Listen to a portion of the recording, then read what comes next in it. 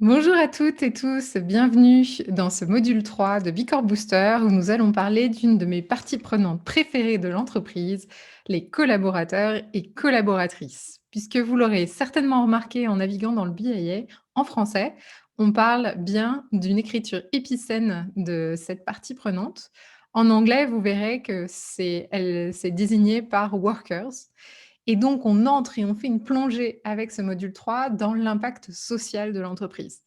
J'ai toujours été fascinée par cette partie prenante que sont finalement les employés de l'entreprise, parce qu'ils sont à la fois bénéficiaires des politiques RSE et aussi acteurs. Sans eux, rien ne se passe.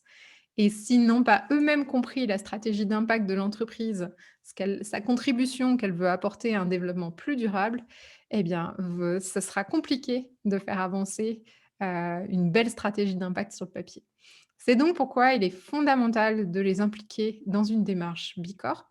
Et c'est aussi pourquoi il est fondamental, après la gouvernance, de s'attaquer aux questions qui les concernent.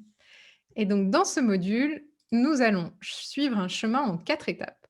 D'abord, nous rentrerons dans le contenu de la section, cette fois-ci, et je vous détaillerai les différentes parties. Puis nous regarderons une spécificité, pour cette section dans la pondération selon le secteur dans lequel votre entreprise, se situe. En troisième étape, nous, regarderons de plus près quelle est la tactique pour préparer l'audit spécifiquement liée à la partie collaborateur. Vous verrez que c'est notamment dans la façon de collecter les données chiffrées qui vont être dépendantes du moment où vous soumettez pour la certification. Et enfin, nous viendrons en détail sur les 2 impact business models de cette section. Mais commençons par le commencement, à savoir qu'est-ce qu'il y a dans cette section? C'est une section où il y a 4 sujets d'impact que vous découvrez à l'écran. Le premier étant autour de la sécurité financière. Et donc, on va traiter là de la politique de rémunération dans l'entreprise. Est-ce qu'elle est juste et généreuse pour l'ensemble des salariés? La deuxième sujet d'impact, c'est santé et bien-être. Et là, on va aller chercher tout ce qui relève en fait de la santé, sécurité au travail et aussi, je dirais du Chief Happiness Officer, au-delà du terme, un petit peu buzzword. En tout cas, tout ce que vous faites pour que l'équilibre vie pro, vie perso et le bien-être soient mis en avant dans votre entreprise et pour vos collaborateurs. Troisième sujet d'impact important, le développement et la formation. Avec ici, du coup, tout ce qui est fait pour permettre de progresser et d'évoluer quand on est salarié dans votre entreprise. Enfin, sujet qui m'est cher, l'engagement et la satisfaction. Vous allez retrouver des questions, aussi de mesure de la satisfaction des collaborateurs et des actions qui sont mises en place. Et hem et c'est l'opportunité, notamment, de faire le lien avec d'autres certifications comme la labellisation Great Place to Work que vous pouvez valoriser dans cette section-là d'impact. 4 sujets et vous verrez en vous connectant dans la section, des questions préalables sur l'effectif de votre, entreprise pour mieux comprendre qui sont vos salariés avant de rentrer dans le détail des mesures que vous mettez en place. En complément de ces sujets opérationnels, il y a également 2 IBM, donc modèles d'affaires à impact liés aux collaborateurs. Le premier est lié en fait à la propriété de l'entreprise. Est-ce que vous êtes dans une configuration où en fait plus de 40 de l'actionnariat est détenu par des employés de la société? Attention, on ne compte pas dedans les, dirigeants fondateurs. Et donc, on est vraiment dans une structure, de type coopérative ou une SA, SARL qui s'est dotée de mécanismes, voisins des coopératives. Deuxième modèle, le développement professionnel du personnel. Je vous ai mis en dessous le terme en anglais puisque c'est comme ça que vous pouvez aussi retrouver des bicorps inspirantes dans le Bicorp Directory et donc on le désigne par Workforce Development. Et donc là, ici, on vise, des entreprises qui ont structurellement dans leur modèle d'affaires intégré en fait des emplois de qualité avec un volet de formation dédié pour des personnes qui sont éloignées du marché du travail. Des chômeurs longue durée, des réfugiés. Donc comment cibler des populations qui sont difficilement employables avec des mesures spécifiques à la façon, dont l'entreprise est structurée. Worker-owned ou Workforce Development sont du coup les 2 IBM que vous pourrez retrouver, dans la section collaborateurs des Bicorp que vous trouvez inspirantes. Regardons maintenant la pondération selon les secteurs. La section collaborateurs peut se révéler un vrai jackpot quand on est une entreprise de services. Et attention, je précise, de services à empreinte environnementale mineure. Puisque pour tous les autres secteurs, en fait, la partie communauté et surtout la partie environnement sont bien plus pondérées. Et donc, c'est pour ça qu'il est clé pour des entreprises de services de s'intéresser à cette section-là et à aller chercher un maximum de points opérationnels liés à la façon dont sont traités les collaborateurs et collaboratrices de l'entreprise. Après tout, finalement, c'est logique puisque l'impact principal d'une entreprise de service repose sur la valeur de son capital humain. Et donc, il est logique, quelque part, qu'il y ait plus de points disponibles pour, dans cette section pour les entreprises de services. Vous avez donc à l'écran les pondérations et les écarts et n'hésitez pas à vous en servir pour voir aussi le potentiel de points, pour votre entreprise. Enfin, troisième point, comment, préparer l'audit pour cette, section-là? Puisque vous le verrez en découvrant les questions, on vous demande en fait quels sont enfin, quel est l'effectif aujourd'hui de votre entreprise à la date en fait où vous souhaitez soumettre et quel était l'effectif dans les 12 mois précédant la date de soumission. Et donc, il y a un certain nombre de données chiffrées à récupérer et selon la date à laquelle vous voulez soumettre pour l'audit, eh bien, il y a une notion d'actualisation. Pour cela, voilà notre stratégie en 5 étapes, qu'on a pu tester sur plusieurs entreprises. Bah, la première phase, c'est déjà une phase de découverte qui est de remplir la section avec les pratiques actuelles. Rendez-vous du coup dans le BIA, collaborateur, collaboratrice et commencez à passer en revue la section comme n'importe quelle autre section. Au fur et à mesure que vous passez du coup et vous remplissez pour poser un diagnostic de ce qui est déjà là, fixez-vous des objectifs d'amélioration en utilisant la fonction étoile que vous voyez à l'écran, dans chaque question pour construire progressivement votre plan d'action sur cette partie RH. Troisième étape, en même temps, en fait, que vous passez les questions, repérez celles qui nécessitent des données chiffrées que vous aurez à actualiser et mettez-les en bookmark. Cela vous permettra de les retrouver rapidement et facilement au moment où il faudra actualiser les données. Quatrième étape, fondamentale pour cette partie, construisez-vous un tableau Excel qui regroupe en fait l'ensemble des données de cette partie, le nombre de collaborateurs, et nomme en fait pour chaque collaborateur, on va dire ses, caractéristiques et si possible, faites le lien avec votre SIRH si vous en avez un ou en tout cas les tableaux que vous utilisez. Notamment parce que ça vous sera demandé au moment de l'audit de fournir un tableau Excel récapitulant les salariés, leur nombre de formations, le salaire, le plus haut, le plus bas, le genre et sachez une chose, c'est que pour être, en respect avec le RGPD, vous pouvez tout à fait, en fait, utiliser uniquement, le numéro, le code ou la nomination des employés sans indiquer le nom nécessairement dans le fichier que vous transmettrez à l'équipe de Bilab. Pour bien comprendre quelles sont les définitions en jeu, parce que vous allez voir, il y a plusieurs, façons de classer justement cette population des collaborateurs et collaboratrices. Référez-vous à l'ensemble des définitions détaillées dans la fiche topo, de cette section.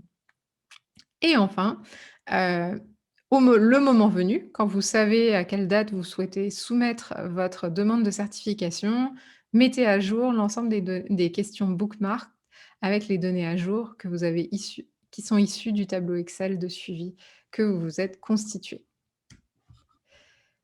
Pour cette section, au-delà du tableau Excel que vous devrez fournir, du coup, aux analystes de Bilab, il y a également d'autres preuves que vous pouvez utiliser, pour documenter, en fait, ces questions. Les premières sont les offres d'emploi, qui vous serviront également dans la partie communauté ou collectivité, parce que vous retrouverez des questions autour de la diversité. Le manuel de l'employé, deuxième document fondamental pour capturer en fait quelles sont les politiques, les pratiques dans votre entreprise et les communiquer. C'est un document qui est aussi l'occasion de faire de la communication en interne sur, justement, les avantages dont bénéficient les salariés chez vous. Utilisez-le vraiment comme un document de communication et pas juste comme un document d'audit. C'est vraiment l'opportunité aussi de matérialiser la culture d'entreprise à travers un document. Vous retrouverez ça dans, certains de nos cas pratiques, où on étudie plus en détail, l'opportunité d'un manuel de l'employé. 3e document, les baromètres internes. Vous verrez dans la section engagement et satisfaction, il vous est demandé le taux d'engagement. C'est basé sur les études que vous conduisez, sur la satisfaction et il faudra fournir ces études pour prouver, le score que vous renseignerez. Enfin, vos accords d'entreprise, et ou le règlement du personnel sont aussi de bons supports de documentation pour, prouver les pratiques et politiques qui sont en vigueur dans votre entreprise. Finissons par les 2 IBM de cette section qui sont là encore, de sacrés réservoirs de points quand on peut les activer, mais qui demandent un certain accompagnement. Pour les activer justement, c'est l'occasion de vous présenter ce que sont les gating questions. Qu'est-ce qui se cache derrière ce terme anglais? Eh bien, quand vous vous connectez dans votre BIA et vous allez dans filtre de questions, voici les 3 types de questions que vous allez pouvoir trouver dans le BIA. Des questions opérations, c'est-à-dire des questions liées à votre modèle opérationnel. Les fameuses IBM, là, vous voyez qu'il y en a seulement 2 questions activées puisque j'ai fait la capture d'un compte BIA naissant, c'est-à-dire, où justement, les questions IBM n'ont pas encore été activées. Et puis, vous voyez ces fameuses gating questions au nombre de 29. Ce sont en fait des questions qui vont ouvrir un certain nombre d'autres questions. C'est pour ça qu'il est fondamental de les repérer. Aujourd'hui, elles vous permettent à la fois d'activer, des IBM, mais elles vous permettent aussi d'activer plus en profondeur certaines questions opérations. Vous avez peut-être constaté ça dans la section gouvernance, la semaine dernière. Puisque dans la gouvernance, dès que vous sélectionnez, le fait qu'une partie des managers a son bonus, indexé sur des critères de performance, extra-financière, vous avez dans ce cas des questions qui s'ouvrent autour du pourcentage de managers concernés. Et donc, voilà la fameuse gating question qui permet d'activer, les 2 modèles d'affaires à impact de la section collaborateurs. Elle s'intitule «Introduction sur le modèle d'affaires à impact axé sur les employés» et comme vous le voyez, il y a en fait 2 options possibles. La première, donc c'est structure d'actionnariat qui procure un capital significatif, donc de plus de 40. Celle-ci, attention encore une fois, la première question à se poser, c'est quelle est la part, de votre entreprise qui est effectivement détenue par des collaborateurs ou collaboratrices qui ne sont pas des dirigeants ou des fondateurs, fondatrices. Et dans ce cas, vous pouvez accéder à cet IBM, sinon écartez-le d'office. 2e IBM, c'est si vous offrez des opportunités d'emploi de qualité ou avec une capacité de développement professionnel aux personnes qui sont victimes d'obstacles chroniques à l'emploi. C'est-à-dire que vous avez intégré un programme de développement, spécifique pour permettre à ces personnes de rejoindre votre entreprise. Et donc, si vous sélectionnez l'une des 2 de ces 2 options, vous allez voir apparaître, ces questions-là pour le modèle d'affaires à impact collaborateur, collaboratrice, propriétaire. Donc, vous découvrez, justement à l'écran et qu'il faudra documenter pour les prouver. Et dans le cas du développement professionnel du personnel, seulement 4 questions à remplir. Pareil, à documenter pour attester, en fait, de la véracité de ce modèle d'affaires à impact. Dans certains cas, on peut monter, donc jusqu'à 20-25 points facilement, sur, ces types de modèles et surtout ce sont des modèles qui sont facilement cumulatifs avec les autres modèles que nous découvrirons dans les parties suivantes, notamment communauté, environnement et bien sûr client. Voilà, c'est tout pour, ce 3e module. Maintenant, c'est à vous de jouer pour remplir la section collaborateurs, avec la tactique que je vous ai présentée auparavant et n'hésitez pas à utiliser la hotline si vous avez des questions spécifiques, notamment en fonction de votre pays, d'enregistrement d'entreprise. Le droit du travail varie et il y a des questions auxquelles vous ne pouvez pas forcément répondre. Dans ce cas, la meilleure option, c'est de sélectionner, l'option NA, surtout si ce sont des choses qui ne sont légalement pas traquables dans votre pays pour ne pas perdre de points du fait de votre localisation géographique. Et donc, toutes vos questions, envoyez-les à bicorbooster@wiseриmpact.com, si possible avec des captures d'écran, et on se fera un plaisir d'y répondre avec l'équipe. Et moi, je vous donne rendez-vous, la semaine prochaine pour un module qui couvre également, en fait, des questions liées aux collaborateurs, qui est la première partie de la section collectivité, que j'appelle aussi parfois communauté, en faisant une traduction directe, de l'anglais. Vous verrez que dedans, il y a toute une partie autour des sujets de diversité, d'équité et d'inclusion qui sont des sujets récurrents et fondamentaux, pour, la communauté Bicorp. Et nous approfondirons un peu plus loin, le concept d'entreprise citoyenne. Je vous dis donc au prochain module, semaine prochaine, pour ceux qui restent dans un tempo hebdo et à très bientôt.